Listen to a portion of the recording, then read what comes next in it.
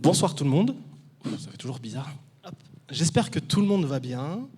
Je vous souhaite la bienvenue du coup à ce Tech It Connect du coup, qui a lieu à la station F. Merci d'avoir répondu présent également à cette fameuse table ronde sur le thème de Vit-on l'âge d'or des métiers de la tech. Je ne suis pas tout seul, comme vous avez pu le constater, mais je vais d'abord me présenter. Moi, c'est William René Dibois, je suis Product Manager du coup de Tech It, et je vais animer du coup cette table ronde, accompagné du coup de Laurent, Olivier et Olivier. Donc, pourquoi ce thème ? C'est tout simplement parce que il y a du coup quelques semaines de cela, l'un de nos collaborateurs a rédigé un article qui se nomme du coup Vit-on l'âge d'or des métiers de la tech ? Et j'ai trouvé ça très intéressant de pouvoir échanger en tout cas et profiter de cette soirée pour pouvoir échanger dessus. Et c'est pour ça que j'ai décidé en tout cas d'être accompagné, parce que je ne suis pas le plus expert non plus, pour parler effectivement de l'ensemble de ces thèmes qu'on va aborder ce soir.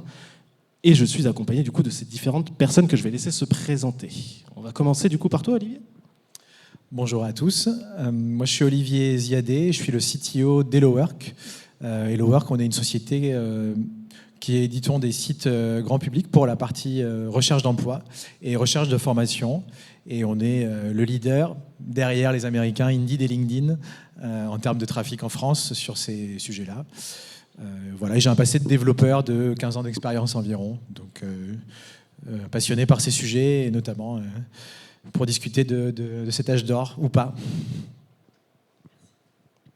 Super. Olivier, du coup ? Oui, bonsoir.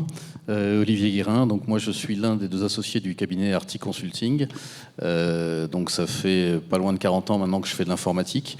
La problématique de savoir si c'est l'âge d'or ou pas est bien évidemment une question intéressante. Et si nous sommes là ce soir à Artic, c'est que nous recrutons parce que nous sommes en forte croissance et que nous recherchons à la fois des consultants mais aussi des développeurs, parce qu'on considère que pour bien maîtriser des missions de conseil, il faut aussi avoir mis les mains dans le cambouis, ce qui est donc l'occasion d'aller chercher des gens qui sont dans la soute.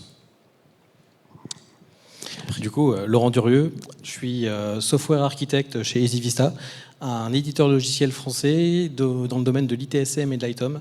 Donc tout ce qui est gestion d'incidents, parc informatique, monitoring des machines, etc. Donc tout ce qui est outils de gestion pour l'IT. Et nous, en effet, on a pas mal de recrutements aussi ouverts en cours. Et surtout, c'est un métier qui demande beaucoup de choses, beaucoup d'expertise. Et on attend beaucoup des profils qui sont présents aujourd'hui. Et enfin, on a été rejoint par Yanniv, du coup. Merci de nous avoir rejoints. Je te laisse du coup te présenter. Bonjour, et excusez-moi de mon retard, quelques petits soucis de transport. Ça arrive, Mais, on est à Paris. Je pensais que ce serait un peu difficile à trouver, mais ça va, il y avait tellement de monde qu'on ne pouvait pas le louper. Donc Yanniv Azout, cabinet Capco. Nous aussi, on est en pleine croissance actuellement, notamment sur tous les métiers de la tech. On a développé un partenariat stratégique actuellement avec une banque qui se veut être la néobanque de demain. Donc on a actuellement une équipe de 150 personnes, donc on recrute à mort sur tout ce qui est les métiers de la tech. Moi, je travaille au début, je suis plutôt stratégie organisation. Capco à Paris, c'est plutôt dans le domaine bancaire, mais depuis un an qu'on a signé ce partenariat, on développe énormément ce secteur. On a déjà recruté là près de 80 personnes et on voulait profiter de cet événement pour pouvoir faire un peu parler de nous. Très bien. Il faut en profiter. Moi, je donne la parole effectivement à ceux qui répondent présents. Vous l'avez fait et je vous en remercie encore une fois. Je vous en remercierai beaucoup tout au long de ce speech. Mais je trouve important effectivement là, de vous remercier, de prendre le temps de venir échanger sur différents sujets avec moi, du coup. Pour revenir un peu plus dans le vif du sujet, cet article du coup parlait de pas mal de choses. Vous pouvez effectivement le lire du coup sur la plateforme, mais notamment du coup le rédacteur, en tout cas la personne qui a écrit cet article, pour lui a un avis tranché. Pour lui, on vit actuellement l'âge d'or des métiers de la tech. Moi, à titre personnel, je suis pas totalement d'accord. On en parlera effectivement sûrement au fur et à mesure. Mais je pense qu'effectivement, il y a encore des choses qui vont arriver et qui vont amener ce fameux âge d'or. Et je pense que pour confirmer ou infirmer du coup ce que disait le rédacteur, je pense qu'il est important de parler un peu aussi de ce qui se passait avant pour comprendre est-ce qu'aujourd'hui on est dans l'âge d'or ou pas. Donc on va peut-être commencer par une petite rétrospective de ce qu'était la tech il y a encore 5-10 ans. Et pour ça, je pense que je vais commencer par laisser la parole à Laurent, du coup, si tu veux bien. Oui, pas de problème. 5-10 ans, ça va, ça correspond à peu près à ce que j'ai vécu, donc ça va encore. Plus, il faudra remonter chez d'autres personnes, j'ai un peu plus de mal. Non, en fait, c'est en effet sur la question de est-ce qu'on vit l'âge d'or de la tech, l'un des sujets qu'on avait abordé en préparation aussi, c'était cette notion de définition des thèmes, en fait. Qu'est-ce que c'était que l'âge d'or? Bon, ça, à la limite, on en reparlera tout à l'heure. Mais surtout, qu'est-ce que c'est que les métiers de la tech? Les métiers de la tech, on l'a vu, hein, ça a beaucoup évolué. Nous, historiquement, quand on sortait d'école d'ingénieur ou d'un DUT ou n'importe quoi qui avait été formé, on avait vraiment cette base, une base assez solide, où on apprenait la machine, on apprenait à comprendre la machine, la mémoire, on faisait du C avant de faire autre chose, et après, on allait sur le marché du travail, on essayait de se vendre, etc. Aujourd'hui, ça a complètement changé, les gens ont un niveau beaucoup plus évolué ou beaucoup plus haut en termes d'usage, et on est tout de suite sur l'interface, on n'est plus sur le cœur de la machine, et ça, c'est un des points, je pense, qui fait la fracture entre l'avant et l'aujourd'hui, puisque cette vision de la machine, cette compréhension des bases, n'est quelque chose qui n'existe plus vraiment aujourd'hui, ou un peu moins. Très bien. Olivier, as-tu... Oui, je partage effectivement cette vision-là. En fait, la tech, ça fait que depuis que l'informatique existe, on parle de tech. Alors maintenant, on utilise le terme tech. Avant, on utilisait plutôt l'informatique, la technologie. Donc les choses, de ce point de vue-là, ont largement évolué ces dernières années. Moi, le constat que je fais, c'est qu'il y a finalement une accélération de l'apparition de nouvelles technologies. Pendant longtemps, on avait des mainframes, tout le monde s'en contentait, et puis il n'y avait pas forcément de véritable révolution. Et puis très vite, on a vu apparaître l'Internet. L'Internet, ça a été une première révolution, et ça a sans doute été un âge d'or pour un certain nombre d'informaticiens. Et puis sont apparues les notions de big data, ce terme étant un peu générique et parfois un peu troublant.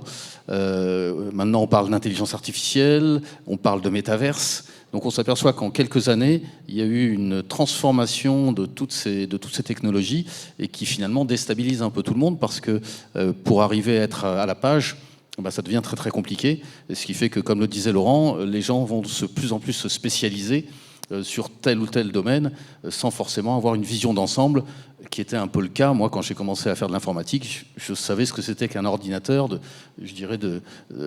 presque de la prise jusqu'à la mémoire, et j'en comprenais un petit peu tous les principes. Aujourd'hui, je pense que les jeunes qui sortent des écoles d'ingénieurs, ils ont complètement perdu cette vision-là. Je suis un peu d'accord.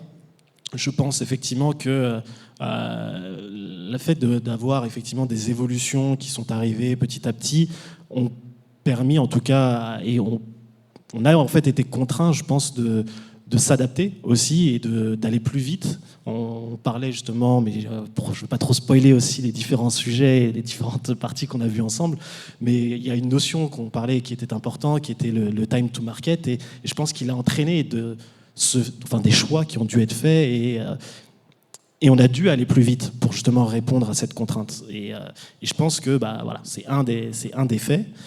Mais je voulais un peu revenir aussi sur l'aspect métier. Vous l'avez très bien abordé au début. Le métier était différent finalement un peu avant. Il y avait des développeurs et des informaticiens qui avaient des habitudes différentes que celles qu'on connaît aujourd'hui, qui allaient un peu plus en profondeur que ce qu'on faisait avant.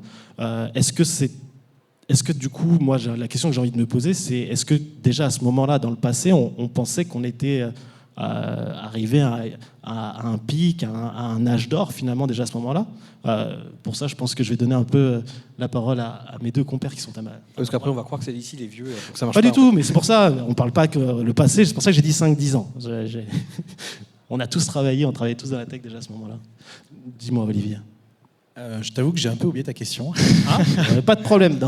Non, mais sur l'aspect historique et ce qu'on vit l'âge d'or, effectivement, moi je suis plus sur la ligne que l'âge d'or, c'était plutôt quand on envoyait des fusées avec 3 lignes de code, et pas forcément maintenant. Je pense que ça dépend sur quel plan on se place. Et je suis moins... Je pense que c'est la complexité qui est devenue la norme suite à l'explosion Internet. Pour moi, la rupture, c'est Internet, mais c'est surtout le trafic qu'il y a sur Internet. Au début, c'était assez facile de faire des sites web, mais on a dû mettre de la complexité pour gérer des flux énormes de données, de personnes, de transactions, tout simplement, des sites à plusieurs millions de transactions secondes. On ne pensait jamais y arriver à un moment donné. Et pour moi, c'est ça qui a fait que la complexité a augmenté petit à petit et qu'on a eu besoin d'outils de plus haut niveau au fur et à mesure. Et que du coup, ça se ressent dans les formations d'ingénieurs ou même plein de formations qui sont apparues dernièrement, puisque de plus en plus d'entreprises ont dû investir dans la tech et donc ont eu besoin de plus en plus de personnes qui font de la tech. Avant, on a connu l'époque où un tech était juste quelqu'un qui produit du code à la ligne de code. Maintenant, on demande aux personnes de faire du produit également, de faire du design, de faire de l'ops également pour pouvoir le déployer, et que il y ait de la haute disponibilité. Donc c'est plein de sujets dont on n'avait pas besoin forcément avant. Donc voilà, je pense que c'est aussi ça qui a fait en sorte que maintenant on se dit c'est peut-être un âge d'or, puisque toutes les entreprises recrutent des techs et le marché de la formation et de l'éducation n'était pas tout à fait prêt à ça, je pense. On est en train de rattraper ce retard-là. D'accord. Je t'en prie, Yaniv. Pour compléter, sur l'âge d'or, c'est dire en fait comme si c'était peut-être depuis 2-3 ans on parle d'âge d'or, est-ce que c'est maintenant ? Moi je suis plutôt d'accord avec, rappelez-moi votre prénom, Olivier, sur le fait que depuis l'informatique existe, on parle d'âge d'or. Ça fait donc, si on doit parler vraiment des métiers qui sont de plus en plus portés sur les nouvelles technologies, on peut parler de l'âge d'or depuis Internet, depuis bien même avant avec tous les systèmes d'information, tout ce qui a été automatisé. Ça s'est beaucoup démocratisé, notamment on parlait de big data, c'est tout ce qui est dernièrement de métaverse, mais aussi si on remonte un petit peu plus avant vers tout ce qui est digitalisation. Tout le monde aujourd'hui a un smartphone, c'est des applications, iOS, Android, toute nouvelle société qui se crée va toujours y avoir un lien avec la technologie, il y aura toujours un besoin lié au système d'information. Donc on aura toujours besoin de plus en plus de métiers de la tech. Sauf qu'aujourd'hui, on a de plus en plus d'écoles qui se sont tournées vers ces spécialités, donc on a encore un marché plus vaste. Les gens s'intéressent à ces technologies de plus en plus jeunes et ça touche de plus en plus de monde. Peut-être qu'avant, à nos âges, on n'était pas nécessairement touché par tout ce qui était ordinateur, Internet. Moi, quand Internet s'est développé, je devais avoir peut-être la quinzaine. Et avant, mes camarades, j'étais parmi les premiers à m'y intéresser. Avant, mes camarades, eux, connaissaient, en parlaient, etc. Mais c'était pas quelque chose qui intéressait pour autant tout le monde. Aujourd'hui, tous les jeunes ont un smartphone, connaissent Internet, ont des applications. Donc aujourd'hui, tous les jeunes sont concernés et peuvent être susceptibles d'être intéressés. L'âge d'or, c'est peut-être pas des métiers de la tech, mais peut-être l'âge d'or de toutes les opportunités que cela offre aujourd'hui avec toutes les évolutions. Et j'ajouterais même à ce que vous disiez sur le métaverse ou big data, j'ajoute aussi la blockchain et tout ce qui est autour des crypto-monnaies, par exemple. Moi, je voudrais juste revenir sur parce qu'on parle beaucoup d'âge d'or depuis tout à l'heure. C'est pareil, je vais faire mon guitare, mais la définition de l'âge d'or, en fait, fondamentalement, si on est d'accord, c'est de se dire que c'est l'apogée, c'est le maximum, on ne peut pas aller plus haut. Et une fois qu'on y est, on sait qu'on y est parce qu'on a un moment où on va chuter. Et peut-être que si on arrive à identifier ce moment où on va chuter, peut-être qu'on va arriver à ça, on pourra identifier si on est ou pas à l'âge d'or. Parce que est-ce qu'on est à l'apogée ? Aujourd'hui, personnellement, je ne pense pas. Je pense qu'on peut encore évoluer, etc. Mais pareil, ça dépend dans quel point de vue, de quel spectre on se place. Si on se place sur les technologies, en effet, on a énormément évolué. Elles vont continuer à évoluer. D'ailleurs, je suis persuadé que les technologies de demain n'existent pas encore, de toute manière. Donc, ça, c'est même évident. Donc, il y a encore des nouveaux sujets sur la technologie, sur les métiers de la tech qui vont apparaître. Si on parle, par contre, du marché du recrutement, là, on commence à avoir un point de vue qui peut être différent, puisque du coup, en effet, aujourd'hui, les métiers de la tech vivent un âge d'or. Est-ce que ça va perdurer, croître ou décroître ? Ça, je ne sais pas encore. C'est justement un des points que je voulais aborder par rapport pour faire cette comparaison finalement entre ce qui se passait avant et maintenant. Je voulais aborder ce fameux point du recrutement. Comment c'était finalement le recrutement avant ? Aujourd'hui, nous, on le vit, tout simplement. Je pense que tous ceux qui sont là le vivent aussi. En termes de recrutement, dans les métiers de la tech, tout le monde le dit, il y a une certaine, on va dire, facilité du côté du tech, en l'occurrence, à pouvoir retrouver effectivement de l'emploi, etc. À partir du moment où il a un petit peu d'expérience, où il est expérimenté, où il est bon dans son domaine, il a effectivement des opportunités qui se présentent à lui. Est-ce que c'était déjà le cas avant ? Est-ce que c'était, et je pense que ça l'était moi, mais est-ce que c'était aussi démocratisé ? Est-ce qu'on entendait autant parler finalement avant ? Je ne sais pas si quelqu'un a... Oui, par rapport à ça, enfin, moi ça fait très longtemps que je fais du recrutement et il y a une très grosse différence avec ce qui se passe aujourd'hui. Aujourd'hui, on est dans une situation de pénurie de talents, donc ce qui veut dire que les talents qui sont sur le marché ont en face d'eux des dizaines d'offres, et j'exagère pas. Parce que aujourd'hui, toutes les entreprises, justement, elles sont devant cette nécessité absolue de se digitaliser, de s'informatiser, enfin peu importe comment on dénomme le terme, mais elles ont besoin de ressources. Et aujourd'hui, c'est la guerre par rapport à ça. Et si on est tous là aujourd'hui sur ce forum, c'est parce qu'on est à la recherche de profils et que ces profils sont de plus en plus en position de force. Faut pas se leurrer, alors qu'il y a quelques années, c'était pas le cas. On avait des écoles d'ingénieurs qui produisaient, entre guillemets, suffisamment d'ingénieurs pour pouvoir alimenter le marché. Aujourd'hui, c'est presque l'inverse, et on constate un phénomène finalement assez presque inquiétant. C'est qu'on s'aperçoit que dans les écoles d'ingénieurs, vous avez une majorité d'étrangers qui est considérable. Moi, quand j'ai commencé à travailler avec Télécom Sud ou avec Télécom Paris, je donnais des cours, j'avais 3-4 étrangers. Là, maintenant, j'en ai plus de la moitié.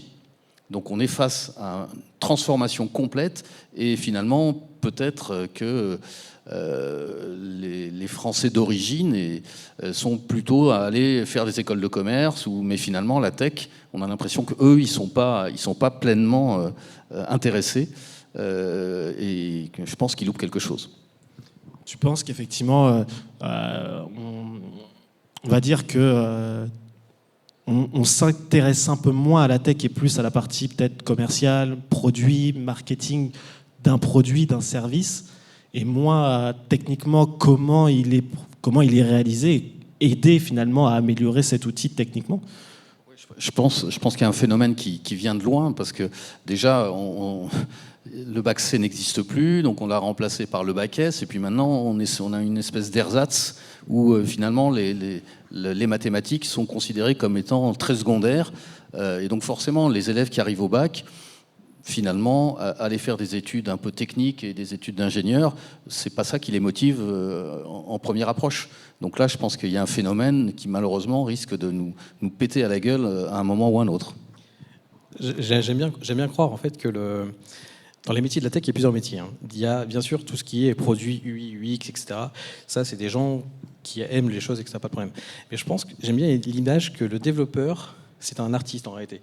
Et en fait, on a toujours tendance à considérer que le développeur, c'est un technicien, c'est quelqu'un qui a fait du C, qui a fait un bac C, un bac S ou de la techno ou quoi que ce soit, où on part du principe qu'en fait, un développeur, c'est quelqu'un de scientifique. En réalité, c'est pas vrai, parce qu'en fait, le développement, enfin, c'est mon point de vue bien sûr, et je pense qu'il n'est pas forcément partagé par tout le monde, je le conçois, mais le développeur, c'est quelqu'un qui va créer avec du code, qui va créer quelque chose. Alors, créer quelque chose qui est abstrait, qui n'existe pas et qui est de la manipulation d'informations, mais c'est de la création en fait, et souvent le développement c'est de la passion. Et aujourd'hui, on pense que les gens qui doivent aller en école d'ingénieur doivent apprendre à développer, etc. En fait, on n'a peut-être pas le bon profil. C'est peut-être il y a un truc là-dessus aussi. Peut-être, c'est qu'on choisit pas forcément. On part du principe que ce soit des techniciens qui doivent le faire, alors que c'est potentiellement des gens un peu plus exotériques. J'ai dit ça comme ça, c'est peut-être pas le bon terme, mais un peu plus ouverts sur d'autres sujets que les mathématiques. Parce qu'en finalement, en mathématiques, à part si on fait de l'IA, on n'en fait pas beaucoup en info, de rien.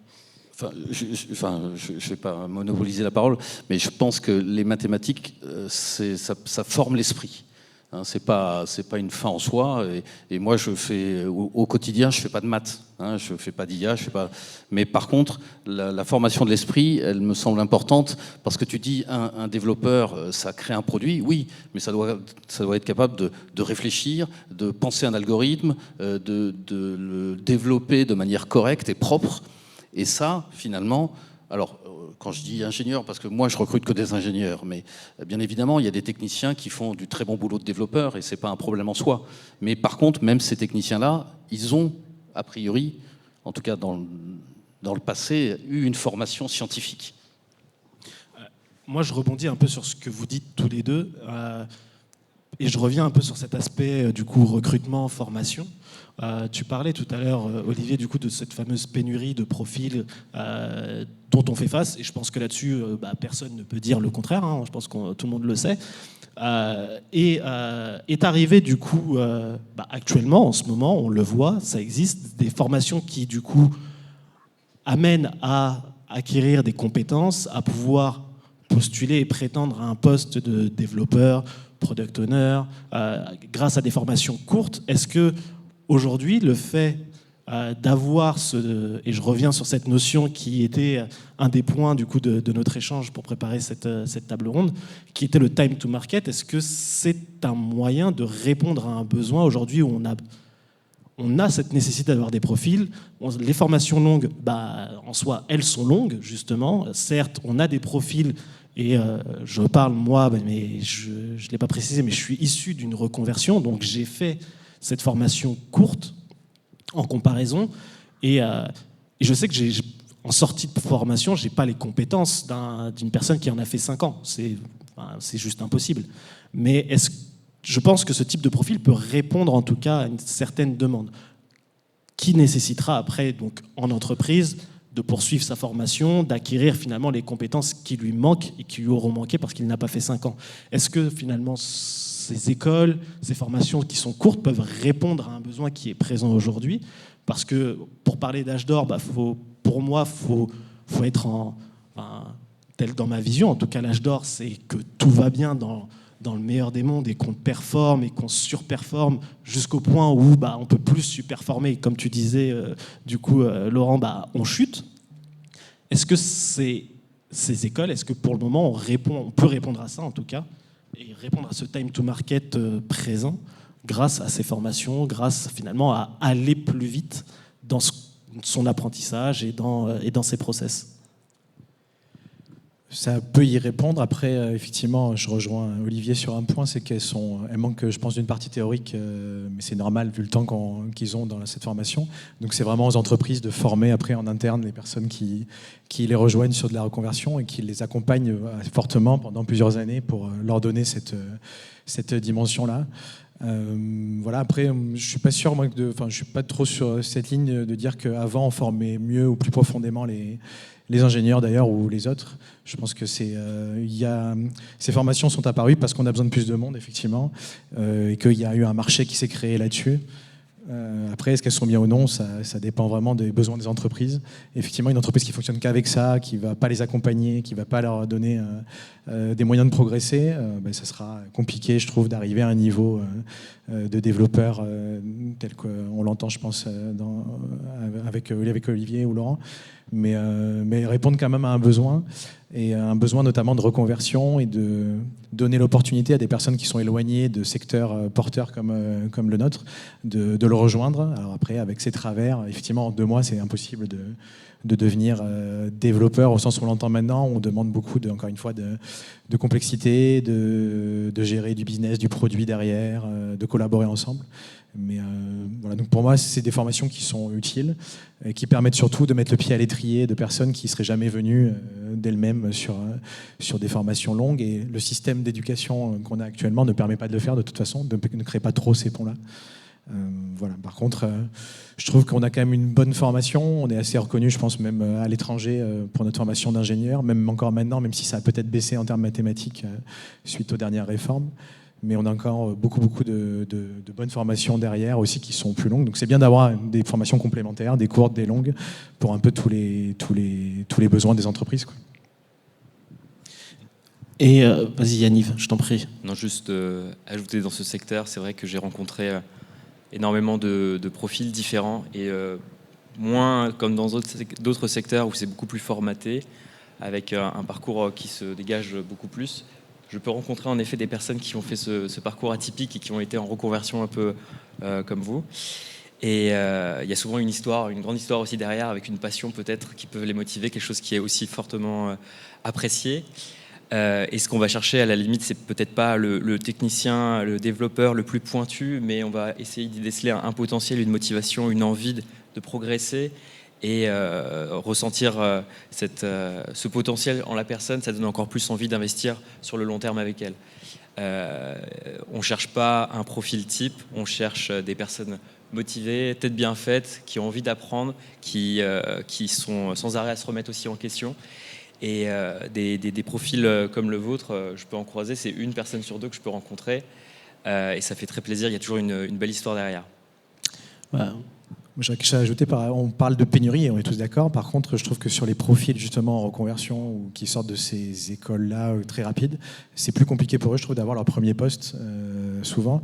Et j'entends souvent des personnes dans ce recrutement qui me disent mais tout le monde m'a dit que dans ce secteur, on pouvait trouver un travail en claquant des doigts. Mais en fait, c'est plus compliqué de venir de ce type de formation parce qu'il n'y a pas des alternances, il n'y a pas des stages souvent qui sont très poussés.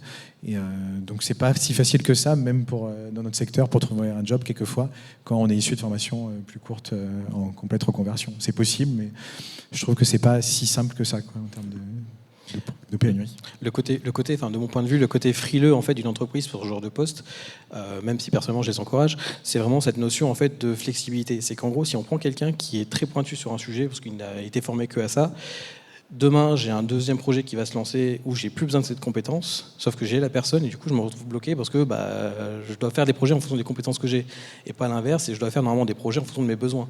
Et si j'ai des compétences qui me servent à rien parce que mon projet n'en a plus besoin, je me retrouve bloqué. Et donc, c'est un problème de flexibilité. Alors, quand on a suffisamment gros, il n'y a pas de problème. Mais les petites entreprises ou les entreprises de taille moyenne qui ont un pool de R&D un peu plus faible, ne peuvent pas se permettre ce niveau de flexibilité, donc de prendre des gens s'ils ne sont pas sûrs de pouvoir les engager pendant des années.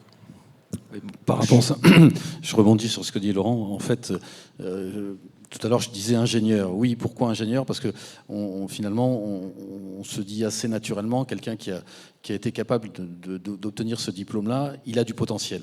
Et finalement, ce qu'on recherche, c'est des gens qui ont du potentiel. Et comme tu le dis, dans les écoles un peu techniques, École 42 ou d'autres, finalement, on va former des jeunes qui ont sans doute du talent, mais sur un truc hyper pointu, hyper spécialisé. Et finalement, l'entreprise, elle se dit, mais effectivement, si demain j'ai un autre besoin, est-ce que cette personne va faire l'affaire ou pas ? Et je pense que c'est une des difficultés probablement de ces jeunes qui sortent de ces écoles où on leur a quand même vendu que justement l'informatique c'était top et qu'ils allaient trouver du boulot sans aucun problème et même parfois avec des bases théoriques très très faibles. Moi, je ne suis pas tout à fait d'accord avec ça, notamment pour des profils comme des développeurs Java ou des QA ou alors un tech lead.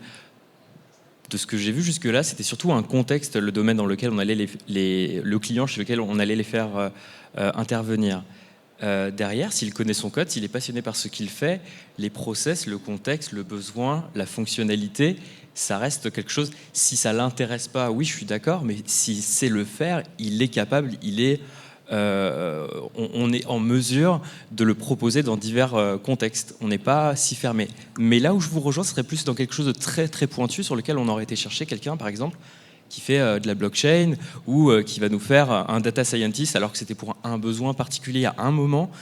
Mais de la data, de l'expertise Java, un tech lead, un QA, un product owner, un product manager, s'ils ont compris les concepts agiles, s'ils connaissent un peu tous les rouages, les enjeux dans un projet, normalement, ils sont capables de s'adapter. Et puis si c'est des gens aussi qui aiment ce qu'ils font, ils ont envie d'apprendre et constamment de progresser, de changer, de ne pas s'enfermer dans quelque chose.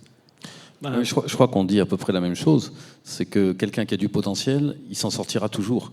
Ce qui est très difficile finalement par rapport à ces formations-là, c'est de savoir si les élèves qu'on aura formés sur une technologie auront la capacité à en découvrir une autre, à l'apprendre et puis à se l'approprier. C'est ça la vraie question. Après, derrière, bien évidemment, il y a des gens qui sont complètement...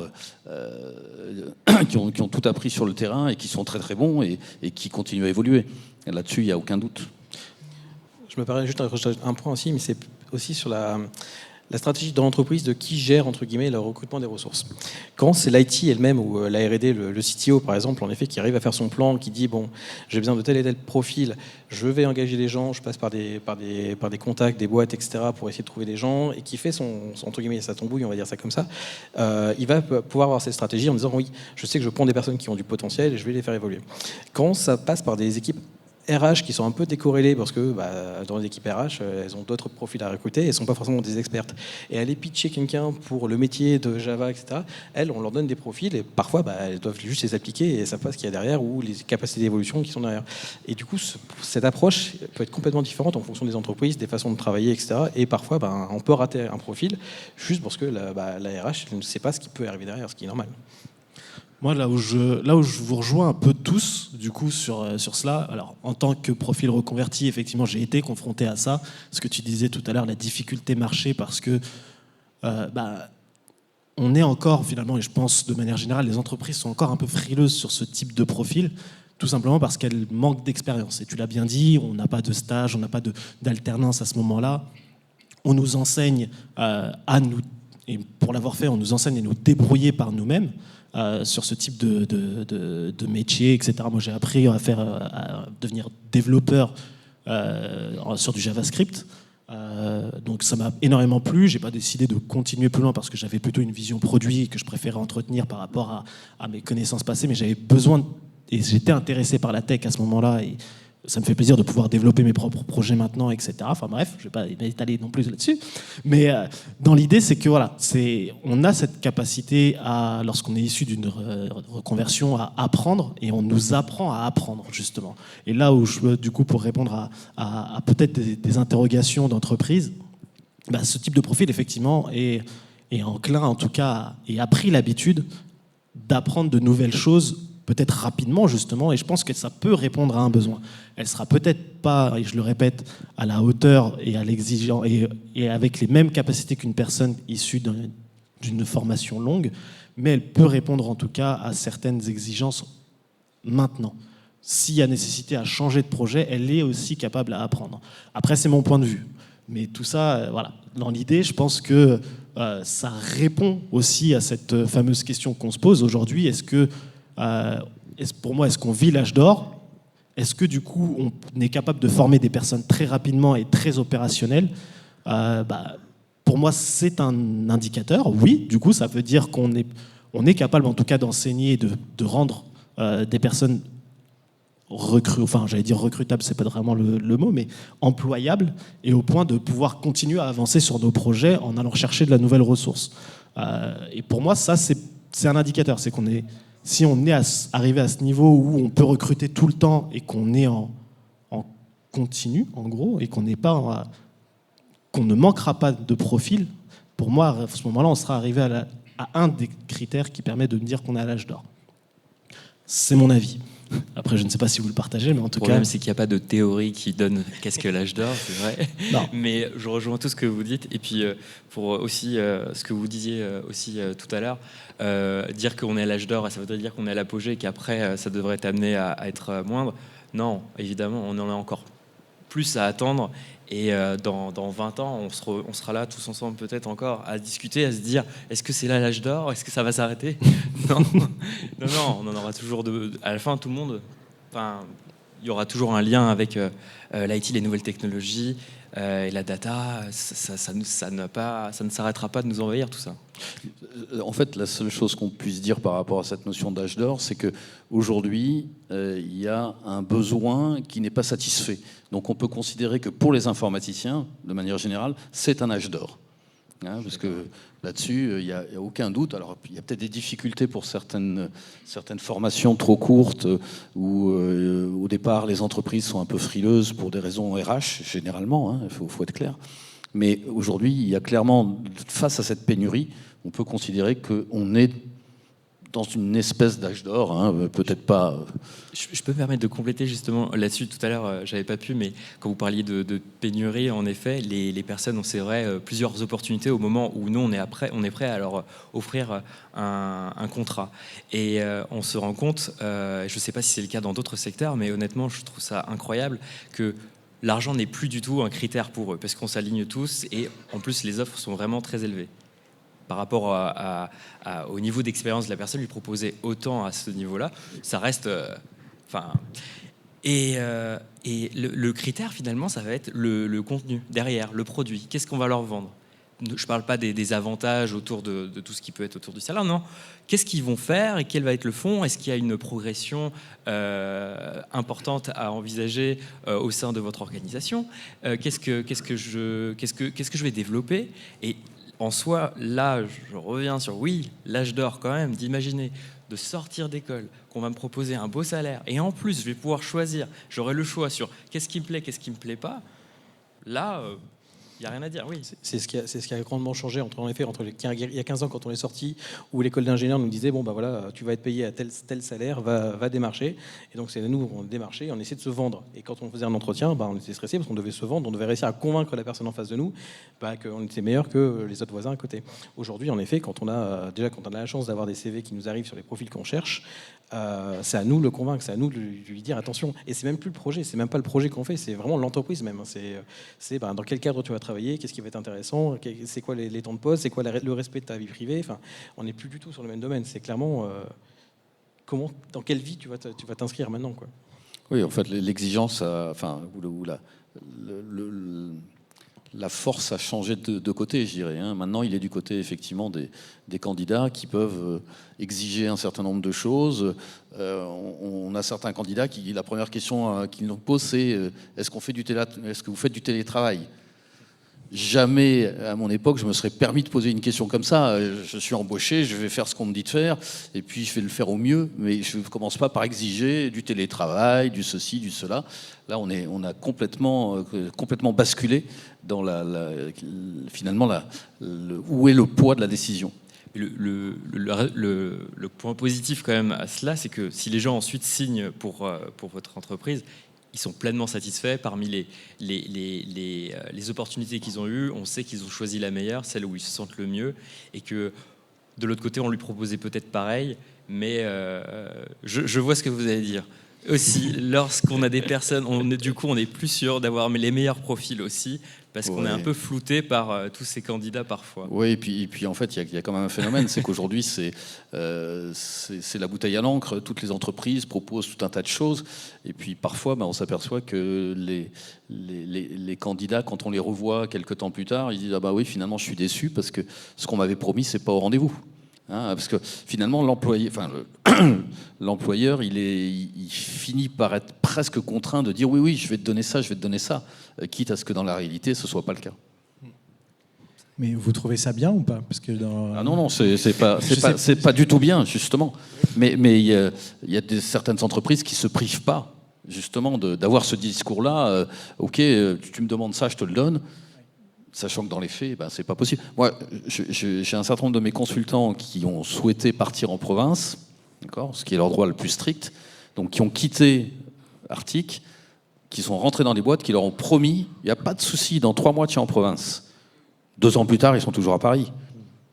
Bon, après, chacun voit midi à sa porte. Aux entreprises après aussi de savoir rendre de plus en plus attractif aussi l'offre, d'être beaucoup plus inventif qu'avant peut-être, et de ne pas se contenter d'une fiche de salaire à la fin du mois, mais trouver d'autres arguments pour pouvoir attirer les meilleurs profils. L'une des difficultés à gérer au quotidien, pour le coup, alors là, clairement, c'est un problème de RH, mais c'est qu'il y a une homogénéité aussi à trouver dans l'entreprise. J'ai beaucoup de profils, par exemple, qui sont arrivés, qui m'ont demandé des congés supplémentaires, etc. Le truc, c'est qu'il y a un accord d'entreprise quand même de base pour les gens qui étaient déjà depuis 15 ans, depuis 20 ans, qui ont déjà des règles.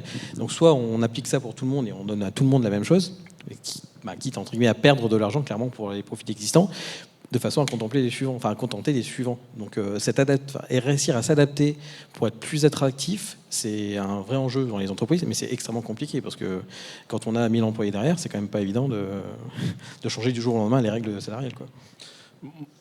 Vas-y, je veux juste ajouter, effectivement, il y a des travers et je rejoins, il y a quelquefois c'est un peu compliqué pour certains candidats, ils sont plus intéressés effectivement par les conditions que par le travail qu'on pourra proposer, donc ça c'est un problème.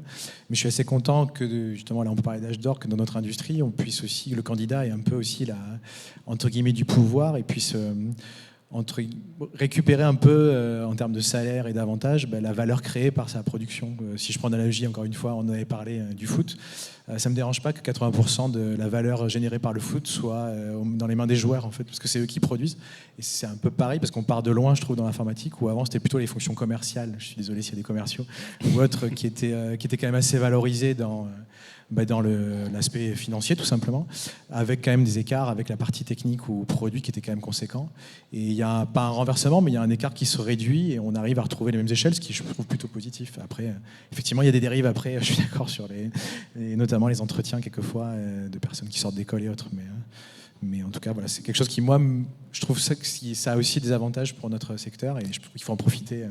Oui, je suis tout à fait d'accord avec toi, sauf que parfois, il y a un petit décalage entre ce que les candidats ont l'impression d'apporter à l'entreprise et de ce qu'il est possible de valoriser réellement.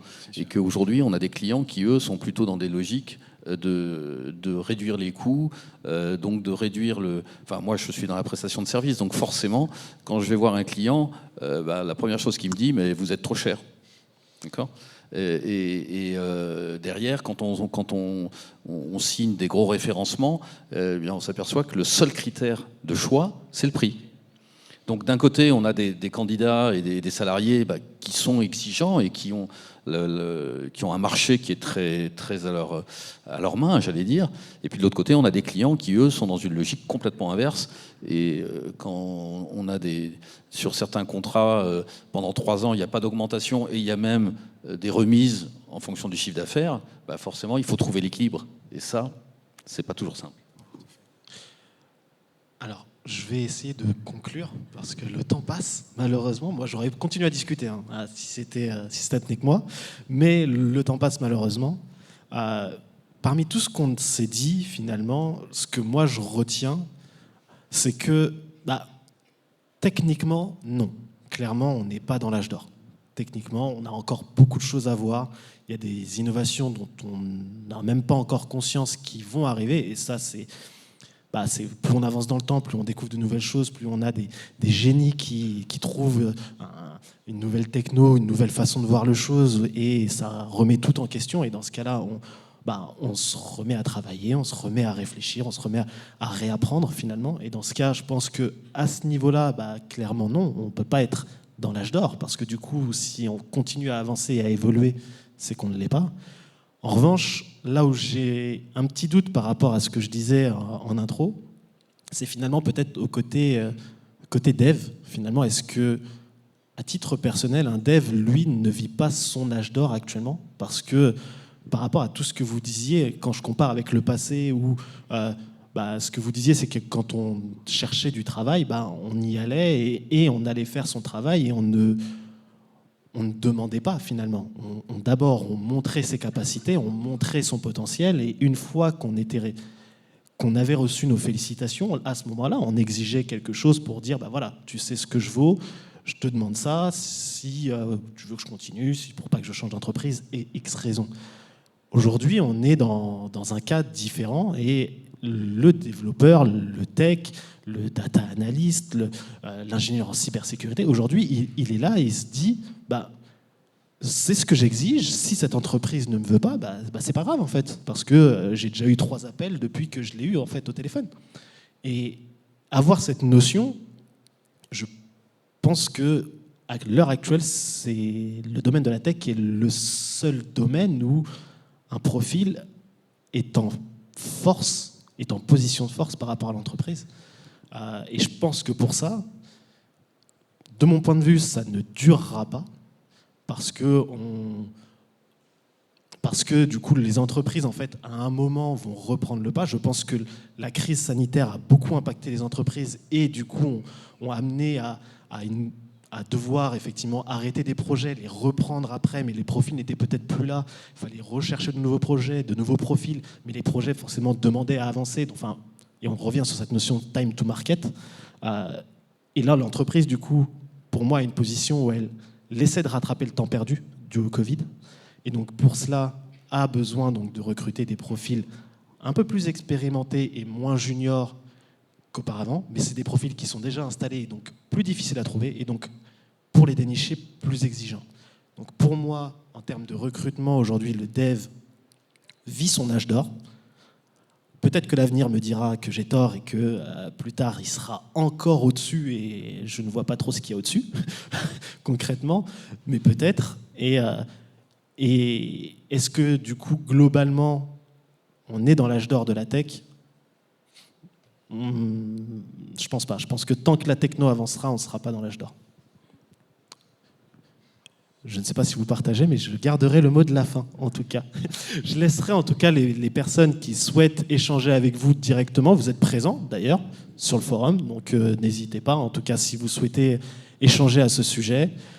De mon côté, j'ai plus qu'à vous remercier une nouvelle fois. Si vous souhaitez revoir, en tout cas, cette table ronde, sachez qu'elle sera présente sur notre page YouTube.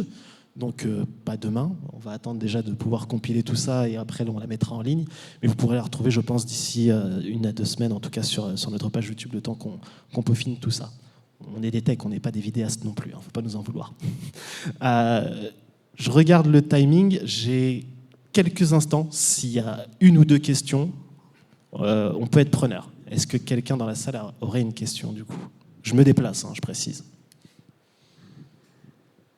Ah, je savais bien.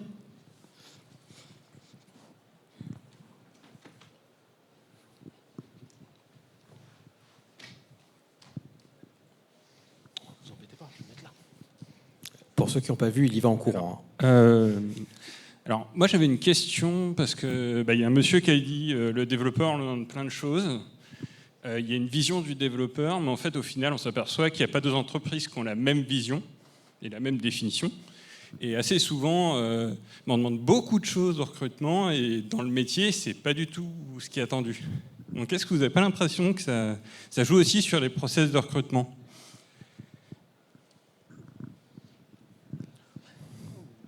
C'est un peu en fait ce qu'on disait tout à l'heure sur la notion de profil. En fait, c'est vrai qu'aujourd'hui, on cherche un peu idéalement le couteau suisse qui est capable de tout faire, etc. Parce qu'on veut essayer de le positionner un peu partout et surtout être capable de le réutiliser, avoir un peu de résilience au niveau des entreprises. Donc forcément, dans les profils, quand on les demande, quand on commence à sortir un nouveau profil, on a tendance à en mettre plus. Après, dans la réalité des choses, et d'ailleurs c'est ce qui est conseillé à tous les candidats qui recherchent, c'est si vous avez un profil qui vous intéresse, postulez quoi qu'il arrive. Si vous ne répondez pas à tous les critères, c'est pas grave. Parce qu'en effet, derrière, on sait qu'on n'aura pas le couteau suisse, qu'on n'aura pas toutes les compétences derrière. Donc, n'hésitez pas à postuler sur les offres, même si vous remplissez pas toutes les cases. Derrière, la boîte, ça s'adapte. Si le profil est intéressant, et en particulier, si vous êtes, comme on le disait tout à l'heure, si vous êtes motivé, si vous avez de l'énergie, si vous avez une passion derrière, vous avez beaucoup plus de chances, même si vous ne cochez pas toutes les cases. Moi, j'ai commencé en effet il y a 15 ans. L'IA, il y a 15 ans, on en parlait très peu. Ça existait bien sûr, mais on en parlait très peu. J'ai été responsable d'IA, j'en ai fait de l'IA, j'ai fait de la data science, etc. Ça n'existait pas, j'ai pas été formé, j'ai appris. Donc les candidats apprendront sur le terrain, comme tout le monde, parce qu'encore une fois, les technos n'existent pas encore. Il y a des nouvelles technos qui vont sortir. Oui, pour compléter ce que dit Laurent, moi j'ai l'impression qu'aujourd'hui il y a un décalage effectivement entre les exigences des services de recrutement et des DRH, et puis avec la réalité du terrain.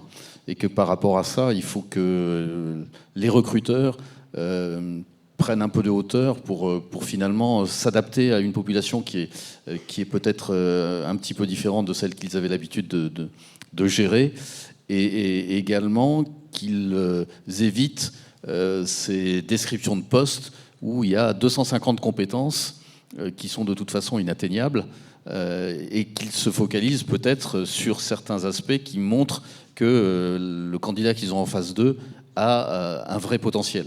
Moi, mon leitmotiv quand je discute avec mes collaborateurs, quand on fait l'analyse d'un candidat, c'est mais est-ce qu'il a du potentiel ? Alors, c'est pas simple à définir et à caractériser.